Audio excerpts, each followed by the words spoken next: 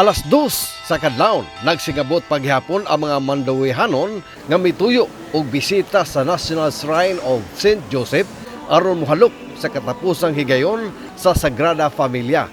Napuno sa mga parokyano ang simbahan atol sa pagpahigayon sa Saint of Mass alang ni Senyor Santo Niño. Gisundan sa traslasyon paingon sa dakbayan sa Lapu-Lapu.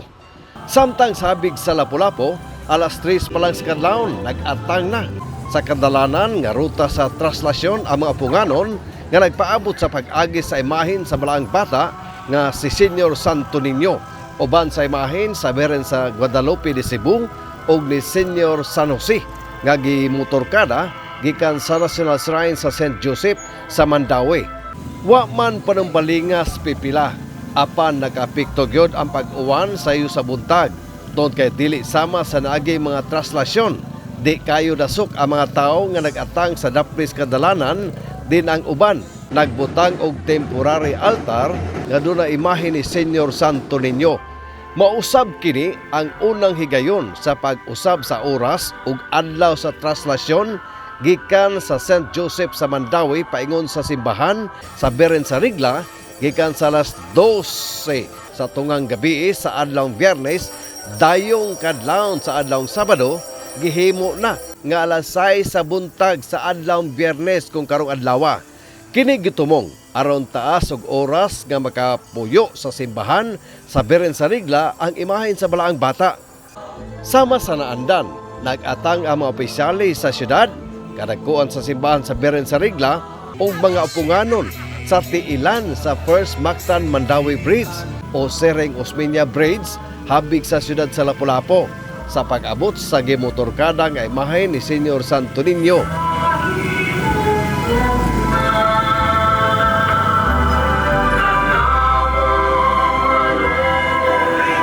Si Mayor Maria Cynthia Cindy Chan uban sa pipila ka mga konsehal o mga barangay kapitan ang nisugat o nidawat sa imahen sa Balaang Bata nga giubanan ni Mayor Tadio Jongki Uwano o pipila ka mga konsehal sa Mandaue.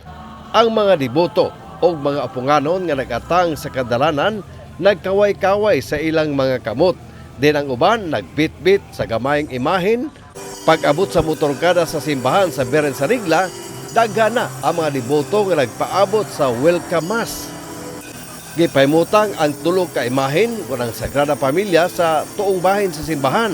Din gatagan og higayon ang mga deboto nga makahikap sa orna sa Sagrada Familia. Ang kura paroko o rektor sa Beren sa Rigla nga si Reverend Father Ben Tomol mihangop sa bag-ong oras sa traslasyon. Nalipay usab kini nga taas og higayon nga makauban sa mga punganon ang imahen sa Balaang Bata. Human sa Welcome Mass sa alas 8 sa buntag, matag 2 ka oras doon na misa hangtod na sa Farewell Mass sa alas 4 kadlawon. Sa adlawng Sabado din ipaygayon ang fluvial procession. We have 9 masses here, beginning at 8 o'clock, 10 a.m., 12:15, by 3 p.m., by 5:30. The last mass na to ang farewell is around 4 a.m. tomorrow, January 17. Kunya, diretso na dahil kita nga sa Namporsen for the fluvial procession.